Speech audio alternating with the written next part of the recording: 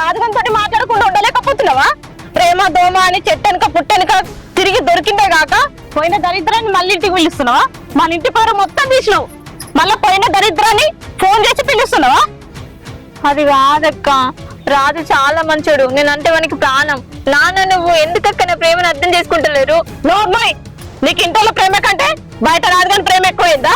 నీకు అసలు బుద్ధుందా? అవి చిన్నప్పుడే మన అమ్మ చచ్చిపోతే మన ఇద్దరం ఆడపిల్లలైనందుకు నాన్న తన రెక్కల కష్టం మీద ఎంత మంచిగా సాధిందే. నీకేదంటే అది తీసుకొచ్చి ఇచ్చిండు. మనల్ని నాన్న అంత మంచిగా చూసుకున్నందుకు నువ్వు తండ్రికి ఇచ్చే విలువ ఏమన్నా ఉందా? నువ్వు తనకి మంచి పేరు తీసుకురాకుండా సరే గాని చెడ్డ పేరు మాత్రం తీసుకురాకు. కానీ నీ వల్ల నాన్న పేరు మొత్తం పోయింది, ముఖం పెట్టుకొని తిరగలేకపోతున్నాడు. ఎందుకంటే నేను ఎందుకు ఇంత భరిస్తున్నా తెలుసా?